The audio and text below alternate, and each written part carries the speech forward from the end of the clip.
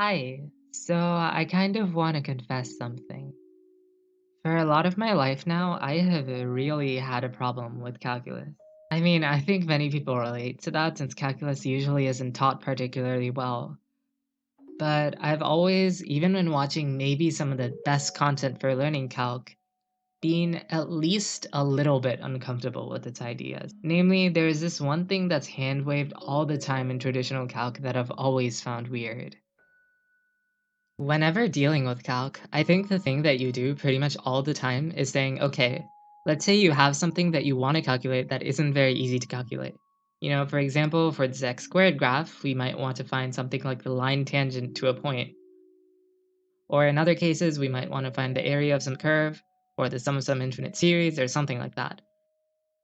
For example, for finding the slope of any point on this x squared graph, we might give some approximation with a right triangle here, then do the algebra for the equation of its slope.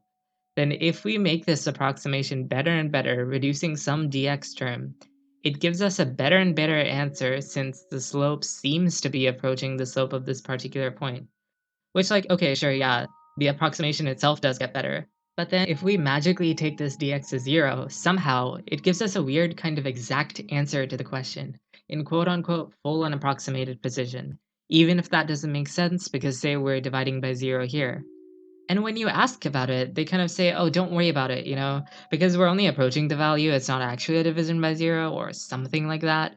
It's mostly just saying, oh, trust me, this works. Generally, in calculus, it's this idea of taking something to infinity, or doing something infinitely many times, or adding up infinitely many things, or having some value get infinitely close to another value, that I've always found kind of unfathomable. Like, it's insane that all of that would actually rigorously work. Now, this idea is often hand-waved for a very good reason. It takes a really long time to fully develop, and even the founders of calculus took a really long time to fully figure it all out. But I still really wanted to know why everything like this worked in such a pretty way. And I would often hear that an area of math called analysis was exactly where people tackled these weird things we got out of playing with infinity. So I tried to learn analysis, and I wanted to give you a taste of how a tiny sliver of it works here. However, before we really even try to get at the inner machinations of derivatives and integrals and techniques and results, and even some of the eldritch horrors of analysis, I wanted to start with the groundwork and really dig into one of the first foundational ideas of calculus, convergence. Specifically today, I want to talk about convergence of sequences. Now, I want to say that this will be different from the convergence of general limits of functions that we're introduced to in calc, the epsilon delta definition of them. But that can be a bit much to wrap your head around, especially in a video like this, where it'll be an introduction to the tools we use for analysis. I wanted to talk about sequence convergence first because it's a little more intuitive to really get at. Let's say you're watching this little hamster, who's, to put it formally, having some mild zoomies. You notice this hamster is particularly moving along this straight line. The hamster moves, say, 1 meter in a small portion of time, then stops for a bit, then they move half a meter again, then stops for a bit, then a fourth, then an eighth, then a 16th, etc., etc. Now, I ask you, if we gave it enough time, what do you think would happen? Would it fly off the Earth? I mean, it certainly doesn't seem that way. It seems to not get past a particular point. Do we think that they might be trying to approach a certain point here? Maybe you've even been told that it's approaching this point, which is exactly a distance of 2. The mathematical machinery behind why we can actually say that it's approaching is exactly what we're going to develop in this video. Now, we're most used to thinking of points getting closer to a particular point in a line or plane of real numbers, but there's also a similar idea of certain sequences of polynomials getting arbitrarily closer to any function you want, or certain sequences of sine and cosine functions getting arbitrarily closer to any periodic function you want. All of these touch on one of the foundations of how calculus works, convergence, where we try to make precise this notion of a sequence of things getting closer and closer to a particular other thing. Now, I don't have the time or knowledge to go through all the different types of convergence, but here I'll talk about this particular convergence of sequences. And the central construct that we'll be using to analyze this, along with, well, all of analysis, is the concept of a metric space.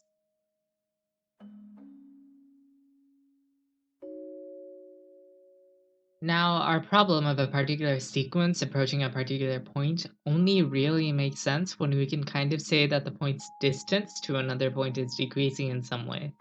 So to do this in analysis, we use the concept of what we call a metric space.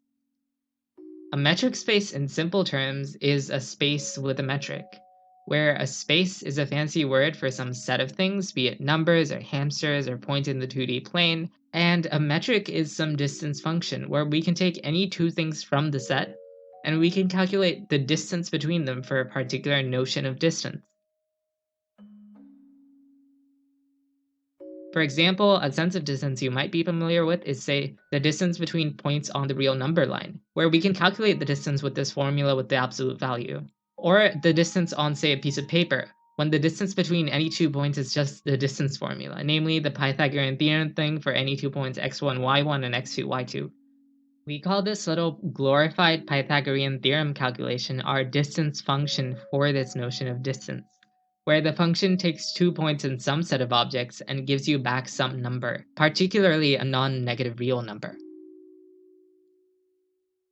For something more unexpected, say if you have a graph of some social circle where everyone who's like socially close with each other is connected, you can actually calculate how socially far apart you are from someone else by counting the lines of the shortest path between you two.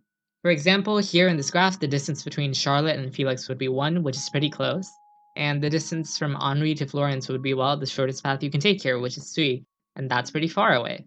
Facebook uses graphs like these to figure out how to sell you stuff. Now, fortunately for us, this distance function d isn't just any old function. This function has 4 particular properties that it has to satisfy that really tries to capture our intuitive notion of distance, and allows us to work with this function better. The 4 properties are as follows. First of all, the distance has to be greater than or equal to 0. This, corresponds to our idea the distance can't be negative.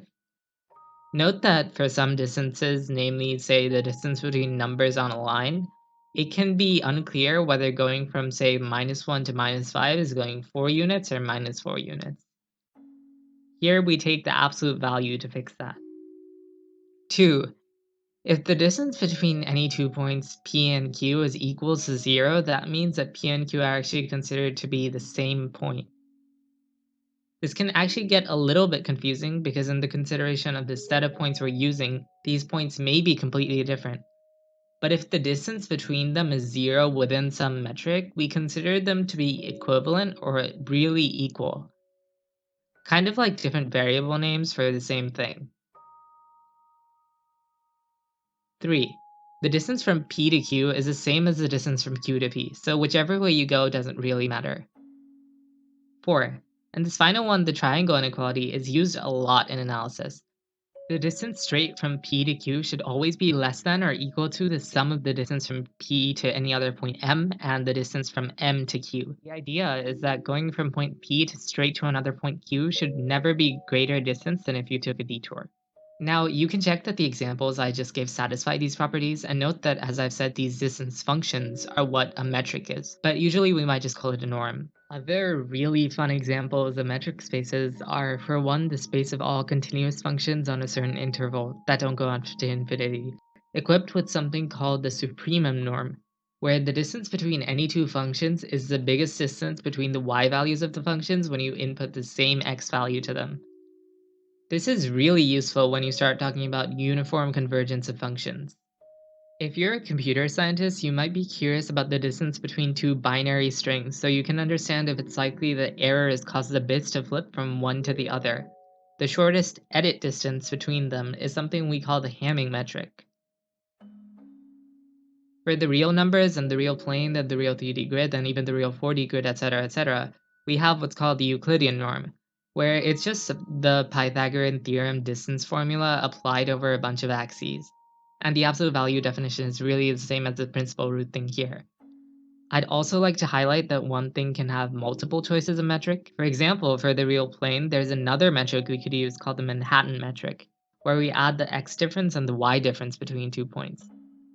This can be relevant, say, in spaces similar to the super grid-like streets of Manhattan, where you can't go from one place to another in a straight line and have to go along the vertical and horizontal streets. Quick note, you might know that we denote the real line as R, but other than that, we also call the real plane R2, the real 3D grid R3, etc., etc.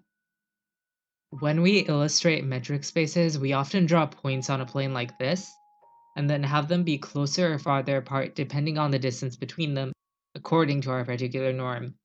But I hope you're not fooled by the fact that this looks like it's on a plane. These points really can be anything from nodes on a graph to continuous functions from R to R, and the distance between them is certainly not always the Euclidean norm. Now, I want to define a super important concept in the study of metric spaces.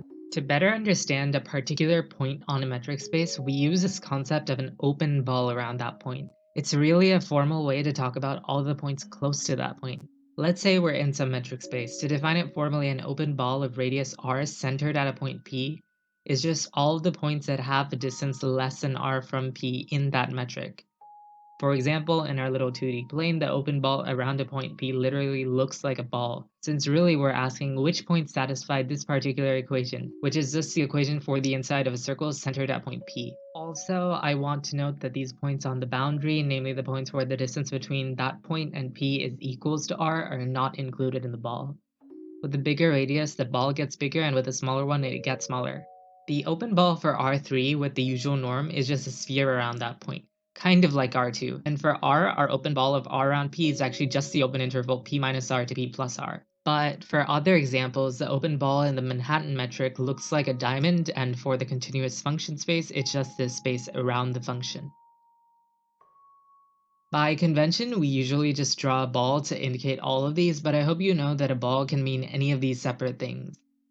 Like, note, it looks like here that there's a finite amount of points in every metric space, but for most metric spaces, there will be an infinite amount of points, like with the real plane, for example. Now, there is a lot more we can talk about regarding metric spaces that come into play later in analysis. We can talk about interior points and limit points and open sets and closed sets and compactness, but unfortunately I don't have the time to get into all of that in this video, so we'll just have to leave that aside for now. Now, with these ideas at play, we can actually do a lot of things. Namely, if we were able to make a definition or prove some result in general metric spaces, which we are going to do, we've not just proven that for R or R2, we've proven that for any set of numbers equipped with some function with these properties. That's the real beauty of this metric space framework. Now, finally, we have enough to talk about general convergence. When we try to reason about with it, you'll see that it gets a lot more tricky than you would think at first. So first of all, to really just define a sequence is just a sequence of values p1, p2, p3, p4, p5 that go on to infinity and so are countably infinite and can be listed. Now, we think that a sequence that converges, or well, a convergent sequence, likely looks something like this. We see that the points Pn are closing in on something, maybe some point P.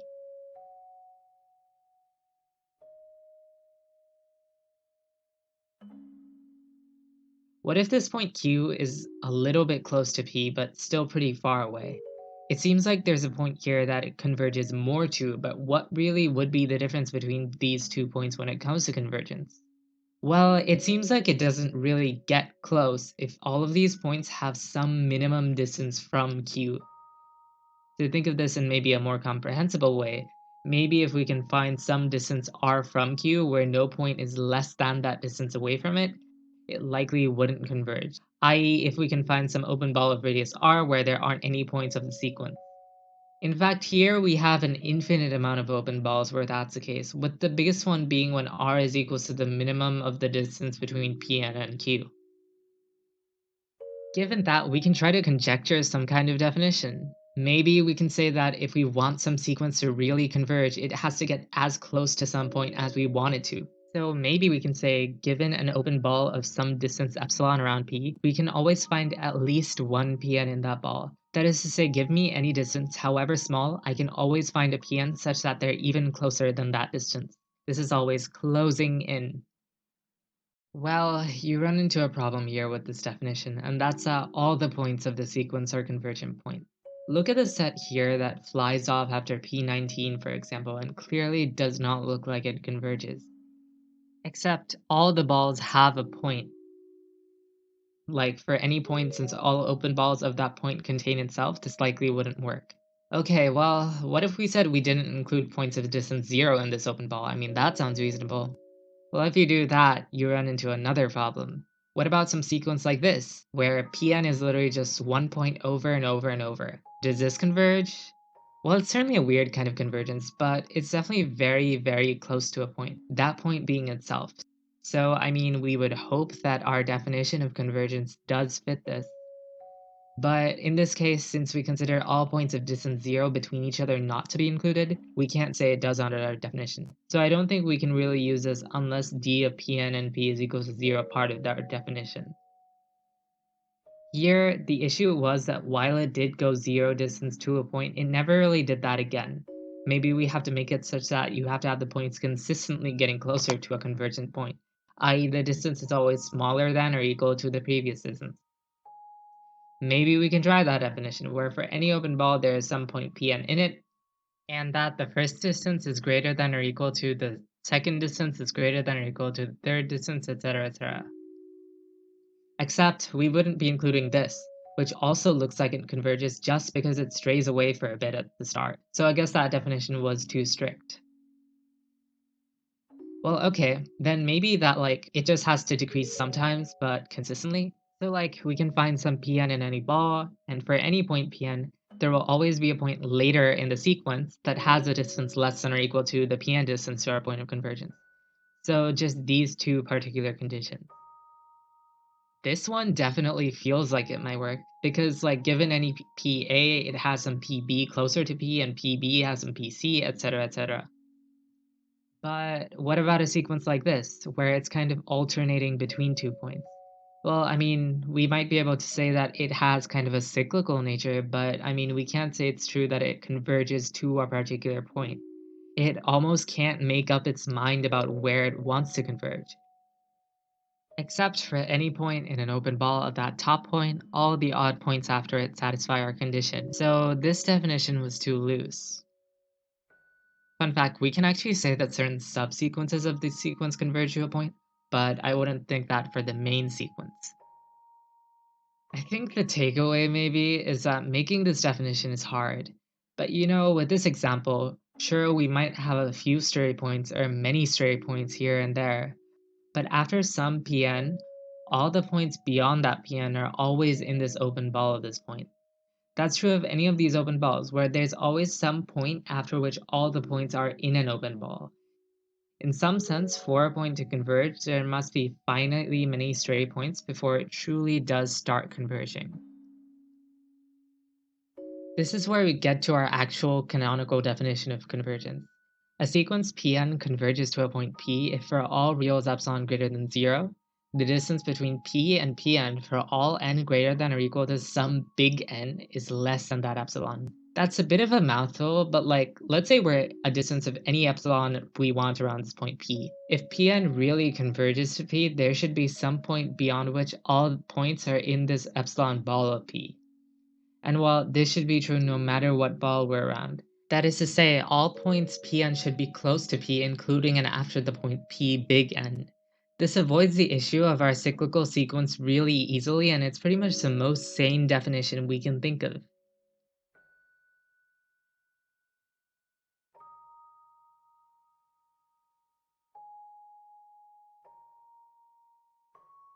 I wanted to introduce the definition this way because when you see the definition at first, it seems really weird how restrictive it is.